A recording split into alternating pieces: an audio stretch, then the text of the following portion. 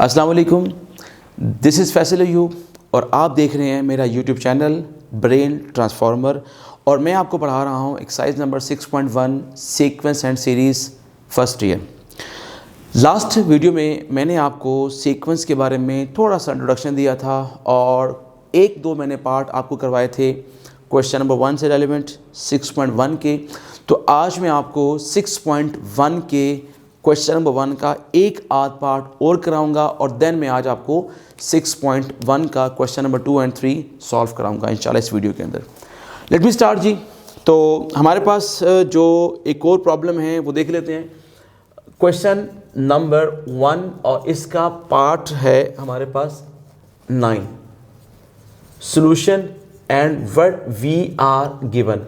हमें गिवन है an is equal to n+1 into an-1। हमें ये गिवन है और हमें गिवन है a1 इज इक्वल टू 1। आप देखें तो ये भी आपको मैंने बताया था कि इट इज़ रिकर्सिव रिलेशन। और मैंने आपसे कहा था रिकर्सिव रिलेशन कैसा होता है जिसमें an हो, an-1 हो या an और an+1 हो, उसे हम कहते हैं रिकर्सिव रिलेशन। तो रिकर्सिव रिलेशन हमें गिवन है और हमें ये कहा जा रहा है कि फाइंड करें इसकी फर्स्ट 4 वैल्यूज़।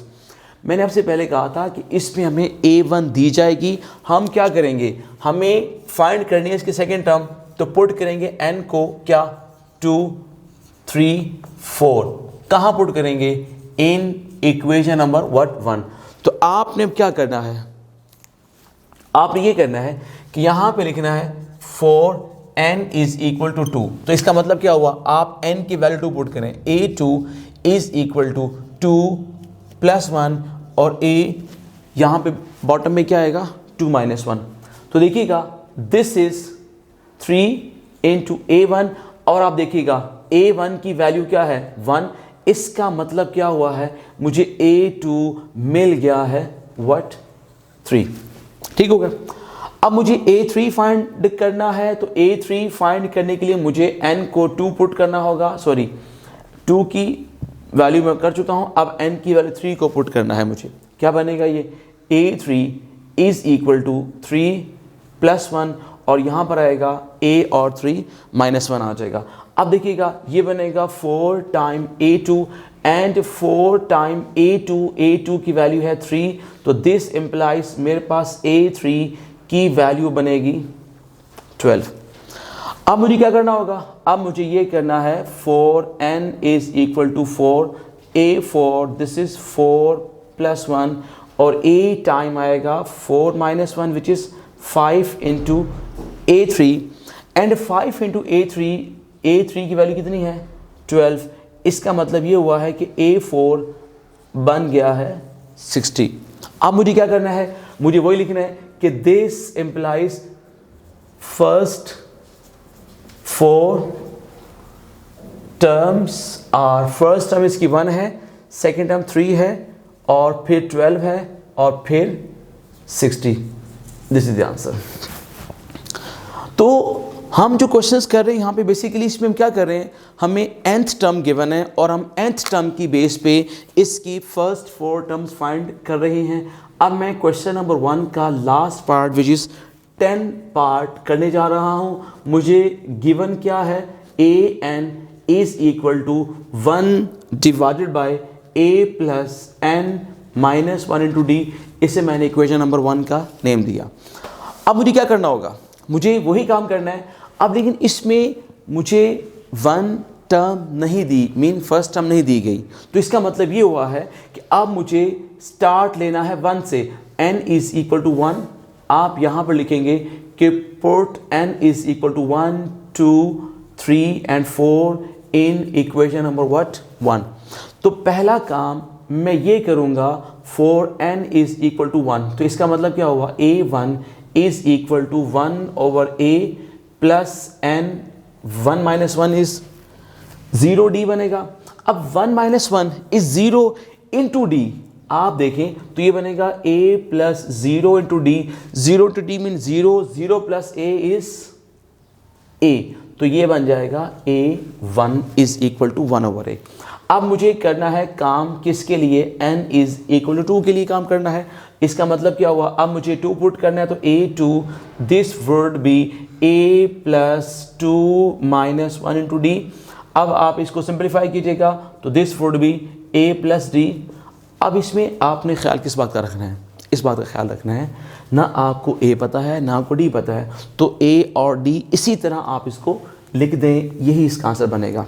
अब मुझे क्या करना है, अब मुझे करना है 4n इज इक्वल टू 3, तो इसका मतलब क्या हुआ, this is a3, it would be 1 over a plus 3 minus 1 into D, this is equal to a3 और ये बन जाएगा 1 over a plus 2d।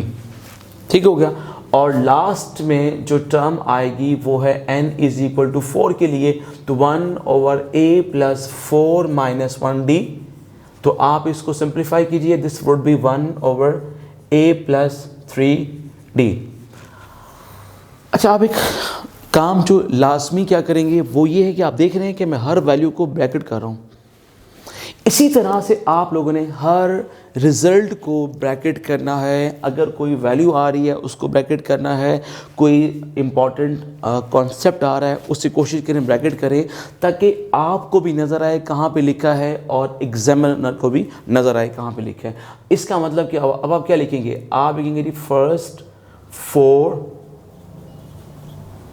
Terms are, first term है इसकी 1 ओवर a और सेकेंड टर्म है 1 over a plus D, third term है a plus 2d and fourth term है 1 ओवर a प्लस 3d। तो ये हमारी फर्स्ट 4 टर्म्स आ गई हैं। तो ये मैंने क्या किया, ये मैंने क्वेश्चन नंबर 1 इसके तकरीबन आपको 5 पार्ट्स करवा दिए हैं और अब मैं उम्मीद करता हूँ कि आप इसके रिमेनिंग पार्ट्स कर सकते हैं।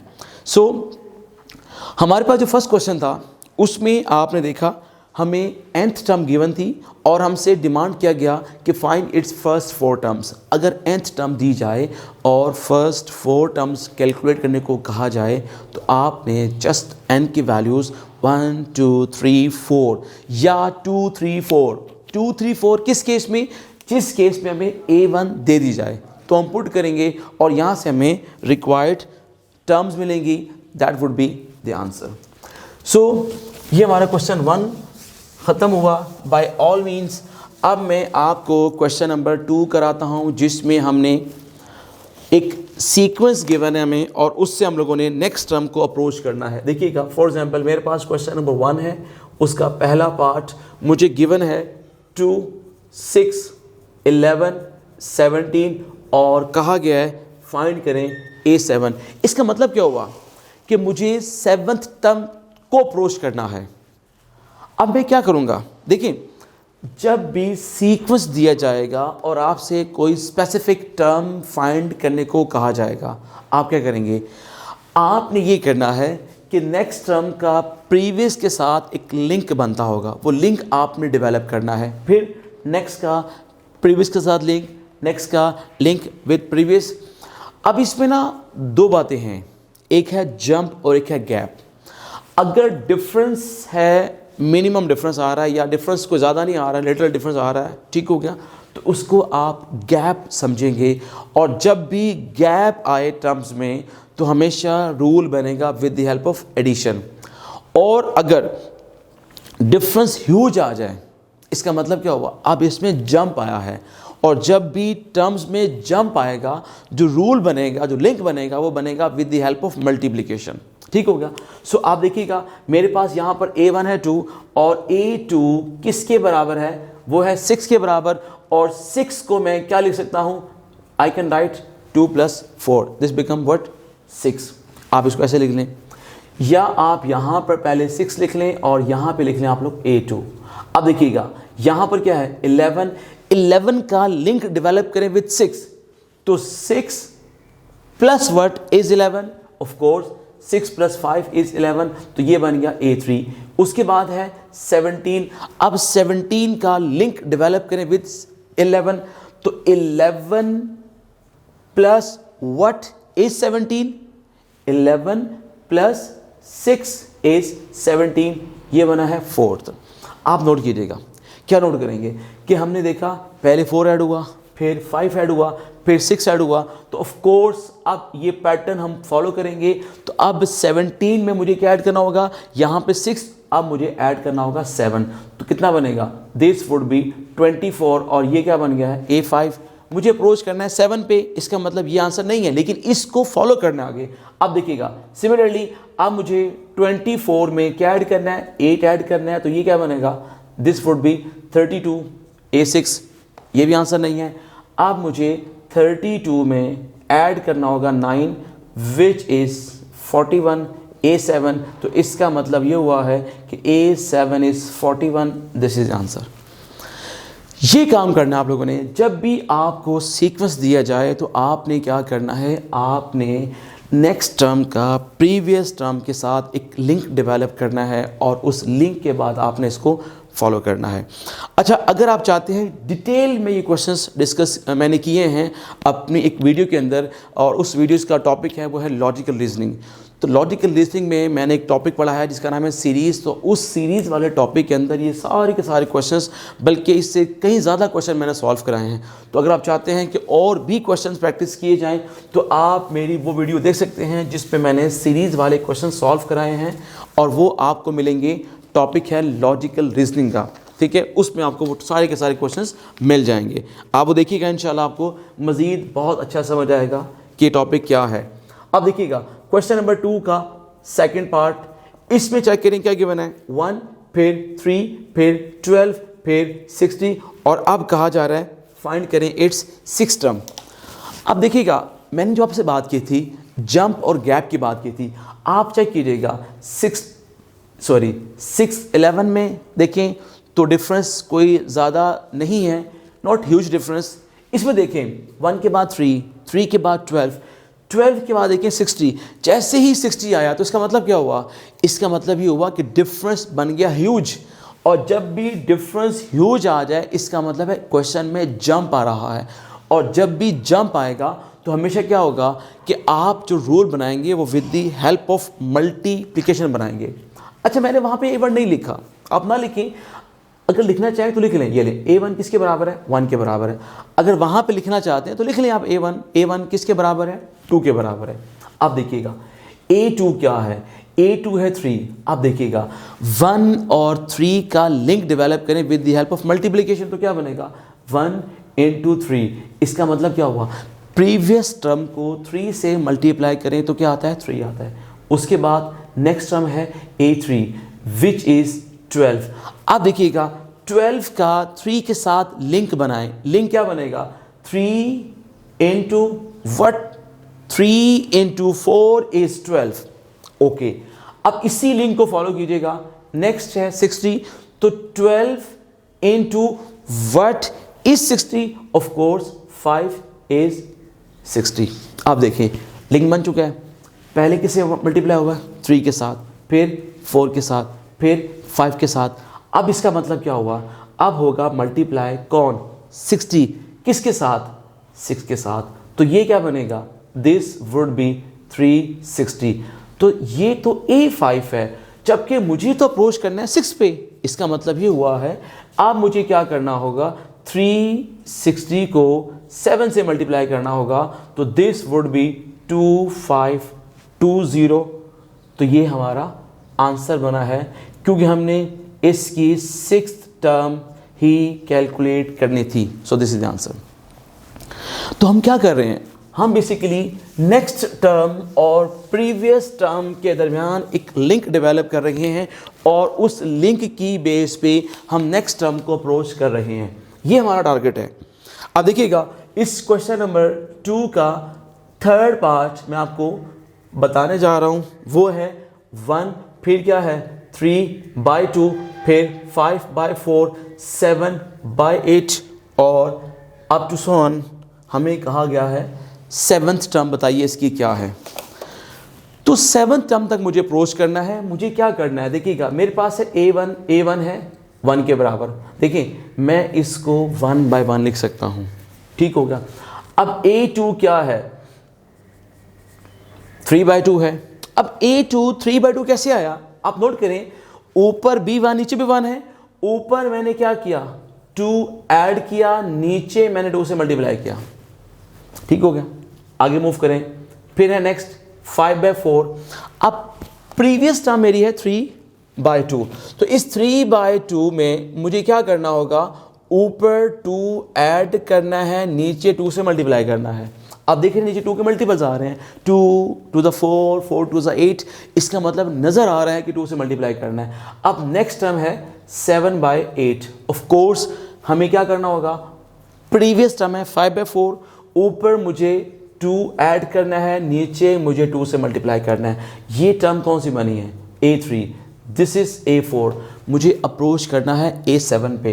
तो अब देखिएगा यहाँ मैं क्या लिखूँगा, ऑफ कोर्स ये बनेगा 9/16। कैसे आ रहा है, 7 में 2 ऐड किया, 8 को 2 से मल्टीप्लाई किया, दिस बिकम व्हाट, A5।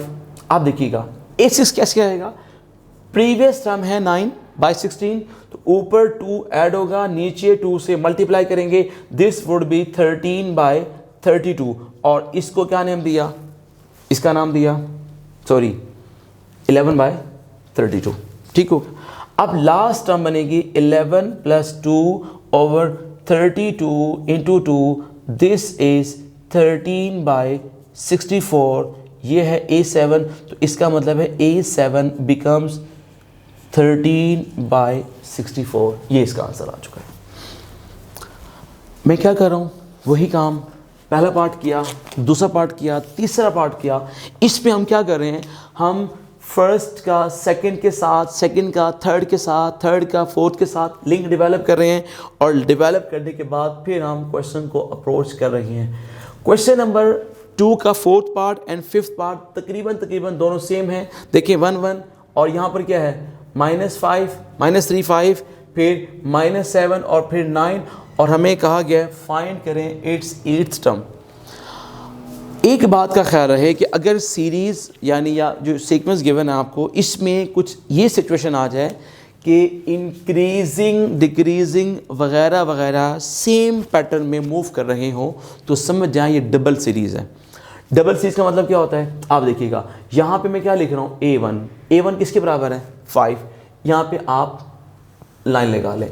यहाँ पे क्या लिखेंगे आप लोग, A2 which is equal to what 1, ठीक हो गया। ये अब यहां मैं क्या लिखने जा रहा हूं, A1 is equal to 1, A3 यहां पे लिखिए आप, A3 क्या है, वो है -3। ये आया कैसे है, गौर से देखिएगा, 1 में अगर मैं -4 करता हूं तो -3 आता है। अब यहां पे मैं क्या लिखने जा रहा हूं, A4 क्या है 5। ये 5 कैसे आया है, अगर मैं 1 में 4 ऐड कर दूं। फिर यहां पे आ जाएं, यहां पे लिखिए आप A5 क्या है -7। अब ये -7 कैसे आया है, -3 -4। यहाँ पे आप लिखें A6 which is equal to 9। 9 कैसे बना है, 5 + 4।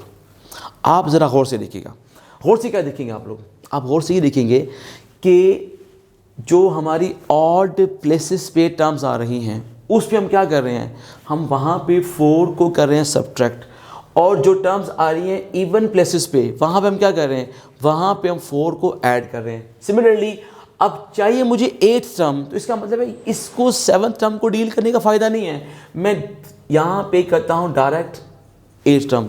अब 8th टर्म कैसी आएगी, प्रीवियस टर्म है 9, उसमें 4 ऐड करेंगे, दिस वुड बी 13। तो इसका मतलब फिर क्या हुआ है कि A8 बिकम्स व्हाट 13, ठीक हो गया।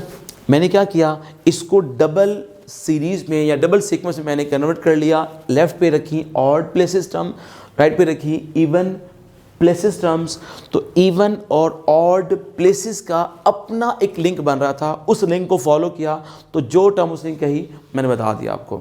अब देखें एग्जैक्टली इसी तरह से आपका क्वेश्चन नंबर 2 का 5th पार्ट होना है और क्वेश्चन नंबर 3 का 4th पार्ट होना है।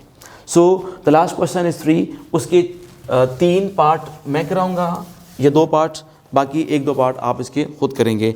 तो इसका जो हमारे पास क्वेश्चन नंबर 3 का फर्स्ट पार्ट है, देखें आप लोग, वो पार्ट कहता है 3, 9, 12, 16। अब वो कहता है find its next 2 terms. Next 2 terms कैसे फाइंड करेंगे हम लोग, गौर से देखिएगा। हमारे पास A1 है which is equal to what 3, A2 है,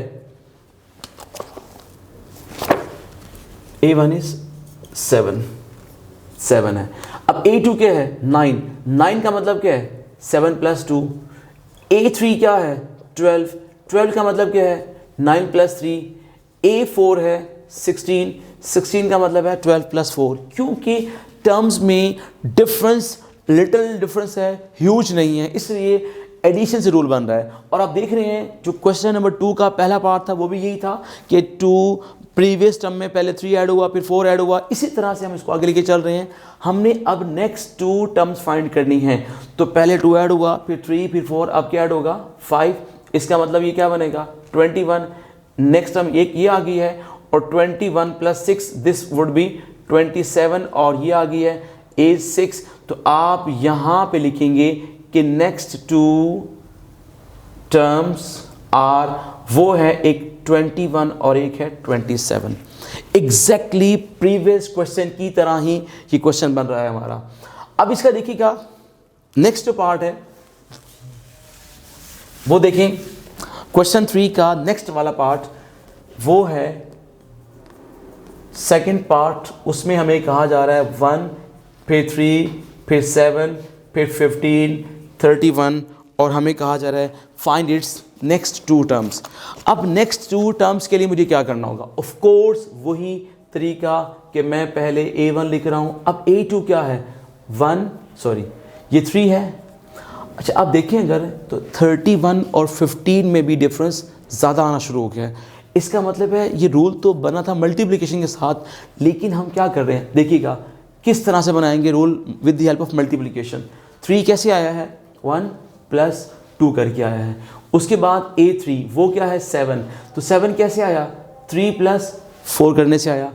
फिर है A4 विच इज़ 15 कैसे आया 7 + 8 करने से, और A5 है 31 विच इज़ 15 + 16। अब नोट कीजिएगा कैसे आया है। देखिए मैंने कहा था ना कि रूल बनेगा with the help of multiplication. पहले 2 ऐड हुआ, फिर क्या ऐड हुआ 4, फिर क्या ऐड हुआ 8, फिर क्या ऐड हुआ 16। 2 के बाद 4 कैसे आया 2 × 2 = 4, 4 × 2 = 8, 8 × 2 = 16। अब इसका मतलब मुझे क्या ऐड करना होगा 16 × 2 = 32। किस में ऐड करूँगा 31 में, तो क्या बनेगा 63 बनेगा, और ये क्या है 6 टर्म है। और अब मुझे क्या करना होगा 63 में मुझे क्या ऐड करना होगा 32 × 2 = 64, दिस वुड बी 127, और ये आ गया A7। इसका मतलब क्या हुआ है कि नेक्स्ट 2 टर्म्स आर वो हैं 63 और 127 इज द आंसर। तो एक्सरसाइज 6.1 का लास्ट क्वेश्चन जो मैं करने जा रहा हूँ वो है इसका पार्ट नंबर 3, जिसमें हमें क्या करना है देखें 3 क्वेश्चन का part number 3 solution -1 to 12 and 40। आपसे डिमांड किया गया है इसकी नेक्स्ट 2 टर्म बताइए। ये पार्ट सबसे डिफरेंट पार्ट है, ठीक है। इसमें देखा हम लोगों ने, हमने इसमें देखा, यहाँ पे देखते हैं, यहाँ पर है A1 किसके बराबर है -1। इसे मैंने लिखा -1 × 1। ये रूल मैं बनाने के बाद करूँगा एक्सप्लेन कि मैं क्या कर रहा हूँ। उसके बाद है A2 वो क्या है 2, उसे लिखा मैंने 1 × 2। फिर है A3 ये है 12, इसे लिखा मैंने 3 × 4। फिर है A4 which is equal to 40, इसको लिखा मैंने 5 × 8। आप ज़रा नोट कीजिएगा मैंने क्या किया, रूल बन चुका है। आप गौर से देखिएगा, लेफ़्ट पे है -1, फिर +1, फिर +3, फिर +5, राइट पे है 1 2 4 8। हो ये मल्टीप्लाई रहे हैं, लेकिन मल्टीप्लाई किस तरह से हो रहे हैं आप देखिए गौर से कि मैंने यहाँ पे -1 था, इसमें 2 ऐड किया, -1 + 2 1, 1 + 2 3, 3 + 2 5, और अब देखिएगा 1 × 2 2, 2 × 2 4, 4 × 2 8। इसका मतलब क्या हुआ है कि नेक्स्ट जो टर्म आएगी वो कैसे आ रही है, लेफ़्ट पे आप 2 ऐड कर रहे हैं तो 5 में 2 ऐड करें 7, और राइट पे जो नंबर लिखे हैं इन्हें आप 2 से मल्टीप्लाई करेंगे तो 8 × 2 = 16 कितना बनेगा ये बनेगा 1 1 2। दिस इज़ A5, ये हमें फिफ्थ टर्म मिल गई है। उसके बाद फिर फॉलो करें तो 7 + 2 9, 16 × 2 विच इज़ 32 और ये बनेगा 288। तो इसका मतलब क्या हुआ, अब मैं क्या लिखूंगा, नेक्स्ट 2 टर्म्स आर, वो क्या है 112 एंड 288 इज द आंसर। तो मैंने आपसे पहले कहा था कि ये जो इसका 3 वाला पार्ट है इट्स डिफरेंट पार्ट। इसमें क्या करना आप लोगों ने कि -1 का भी लिंक डेवलप किया, आपने 2 का भी लिंक डेवलप किया, आपने 3 का लिंक डेवलप किया, आपने 4 का लिंक डेवलप किया। इसमें जो टर्म्स हैं वो प्रॉपरली प्रीवियस टर्म से नहीं है कनेक्टेड। यहाँ पे फिर क्या हुआ, यहाँ पे एक एक्सटर्नल रूल अप्लाई हुआ है और वो क्या है कि लेफ्ट साइड पे जो नंबर्स हैं उनमें हम 2 ऐड कर रहे हैं और जो नंबर हैं राइट हैंड साइड पे हम उनको 2 से मल्टीप्लाई कर रहे हैं। ठीक है जी। और इसका जो फोर्थ पार्ट है वो यही है। अगर आप देखें तो आई थिंक इसमें 1 नहीं है। इसी तरह से उसने आपसे नेक्स्ट 2 टर्म्स डिमांड किए हैं तो आप उसको खुद कर सकते हैं। तो यहाँ पे हमारी 6.1 एक्सरसाइज ख़त्म हुई। इसमें क्वेश्चंस 2 तरह के थे, एक वो जिसमें हमें nth टर्म गिवन थी, हमने उस nth टर्म में n की वैल्यू 1 2 3 4 पुट की या 2 3 4 पुट की और हमने फर्स्ट 4 टर्म्स बताई और 2 और 3 में हमें सीक्वेंस गिवन था और हमसे ये कहा गया था कि इसको फॉलो करें। या तो कोई उसने आपको टर्म बताई थी कि स्पेसिफिकली ये टर्म बताएं या उसने आपसे कहा कि find next 2 terms. Next 2 terms की बात करें या स्पेसिफिक टर्म की बात करें तो हमने क्या किया, हमने नेक्स्ट और प्रीवियस टर्म्स का एक लिंक डेवलप किया, वहाँ से हमें इसका आंसर मिल गया। सो इंशाल्लाह नेक्स्ट वीडियो में मैं आपको 6.2 पढ़ाऊँगा। ओके जी, अल्लाह हाफिज़, थैंक यू वेरी मच।